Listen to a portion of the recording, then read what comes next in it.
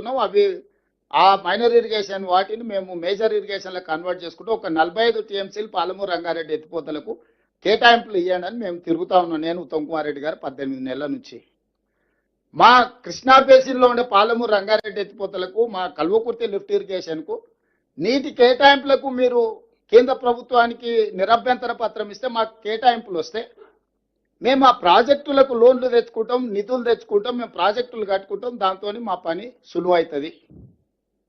మీరు వాటికి వచ్చినప్పుడు కృష్ణా బేసిన్లో ఉండే ప్రాజెక్టులకు అభ్యంతరాలు పెడుతున్నారు, గోదావరి బేసిన్లో ఉండే ప్రాజెక్టులకు అభ్యంతరాలు పెడుతున్నారు. నికర జలాల కేటాయింపులు ఉన్న తెలంగాణ రాష్ట్రానికి మీరు అభ్యంతరాలు పెట్టుకుంటూ వరద జలాల కోసం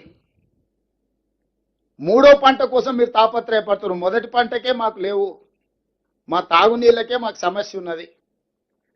మీరు కూడా ముందుకు వచ్చి సహకరించాలి కదా ఆంధ్రప్రదేశ్ ముఖ్యమంత్రి గారు. ఈ సమస్యలు ఒకవైపున పరిష్కారం కావు, ఒకవైపు నిర్ణయాలతో ఇది ముందుకు పోదు. ఇరువైపులో చర్చించుకోవాలి, చర్చల ద్వారానే పరిష్కారం వస్తుంది. కేంద్ర ప్రభుత్వం పెద్దన పాత్ర పోషించాలి చట్టపరంగా. Apex council chairperson is Jal Shakti minister. ఆనాడు ఉమాభారతి గారు ఉన్నారు, తర్వాత గజేంద్ర సింగ్ షెకావత్ ఉన్నాడు, ఈరోజు సిఆర్ పాటిల్ ఉన్నాడు.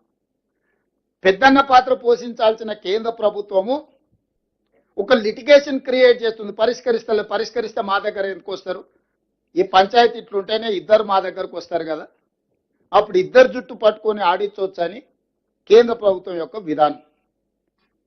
ఇన్ని మాటలు మాట్లాడే కిషన్ రెడ్డి గారు ఎందుకు ఈ నీటి కేటాయింపులకు సంబంధించి బాధ్యత తీసుకోరు? కేంద్ర మంత్రి కదా ఆయన, union cabinet minister. CR Patil గారికి ఎంత హోదా ఉందో కిషన్ రెడ్డి గారికి కూడా అంతే హోదా ఉంది.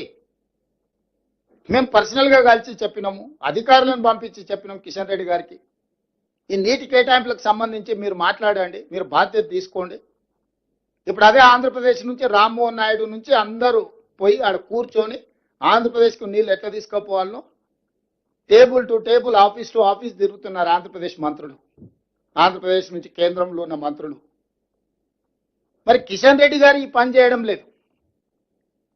ఈ వివిధాన్ని పెంచి పెద్ద చేస్తే తద్వారా బీఆర్ఎస్ మళ్ళీ బతుకుతే మళ్ళీ మాకేదో రాజకీయంగా ప్రయోజనం ఉంటుంది, కాంగ్రెస్ను మార్జినలైజ్ చేయొచ్చు అనేది వాళ్ళ ఆలోచన. ఈరోజు నిజంగా వీళ్ళ తాపత్రయం ఏది? తెలంగాణ నీటి కేటాయింపుల కోసం కాదు, రాజకీయ మనుగడ కోసం వీళ్ళు తాపత్రయపడుతున్నారు. ఈ వేదికలో ఈ రూమ్లో ఉన్న ప్రజాప్రతినిధులందరికీ నా సూచన ఒకటే, ఇది వ్యూహాత్మకమైన రాజకీయ ఎత్తుగడ. అంతరించిపోతున్న బీఆర్ఎస్ను పునరుజ్జీవింపజేసుకోవడానికి చేస్తున్న ఒక ప్రయత్నము.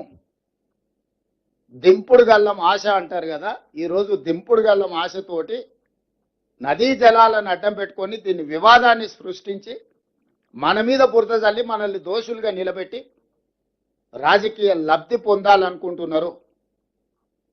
ఈ విషయాలను ప్రజలందరికీ వివరించాలి. మీరు ఏ ఊరికి పోయినా, మీరు గ్రామ పంచాయతీలో అభివృద్ధి కార్యక్రమాలకు పోయినా, మండలానికి పోయినా, నియోజకవర్గానికి పోయినా, జిల్లాకు పోయినా, ఇక్కడ ఉన్న ప్రజాప్రతినిధులందరికీ నా విజ్ఞప్తి ఒకటే, ప్రజలకు పూర్తిగా వివరించాలి. ఉమ్మడి రాష్ట్రంలో కొట్లాడిందే నీళ్ల కోసము, ప్రత్యేక రాష్ట్రం తెచ్చుకున్నదే నీళ్ల కోసము ఈ ప్రాంతాన్ని సస్యశ్యామలం చేసుకోవడం. ప్రత్యేక రాష్ట్రం వచ్చిన 10 సంవత్సరాలలో చంద్రశేఖరరావు గారు ఆనాటి ప్రాజెక్టులను పూర్తి చేయకపోను మన నీటి హక్కులను స్వయంగా సంతకం పెట్టి తాకట్టు పెట్టి వచ్చిన మీటింగ్లలో. కృష్ణానది జలాలను తాకట్టు పెట్టడమే కాదు, గోదావరి జలాలను కూడా తాకట్టు పెట్టేసి 3000 టీఎంసీలు సముద్రంలో పోతున్నాయి. మీరు పోలవరం కింది నుంచి గోదావరి జలాలను పెన్నా బేసిన్ వరకు, కృష్ణా బేసిన్ దాటి పెన్నా బేసిన్ వరకు, ఒంగోలు ప్రకాశం వరకు కూడా తీసుకెళ్ళండి అని ఈరోజు ఆ రాచపుండును ఆయన పెడితే అది ఈరోజు మనకు ఒక సమస్యగా సృష్టించాలని వాళ్ళు ప్రయత్నం చేస్తున్నారు.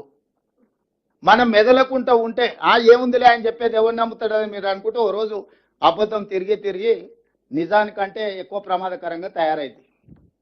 నిజం గడప దాటే లోపలనే అబద్ధం ఊరంతా తిరిగి వస్తుంది అంటారు కదా, దాన్ని చంద్రశేఖరరావు వాళ్ళ అల్లుడు హరీష్ రావు గారు బాగా నమ్ముతారు. ఎందుకంటే వాళ్ళ లైఫ్ సక్సెస్ మొత్తం అబద్ధాల మీదనే ఉంది.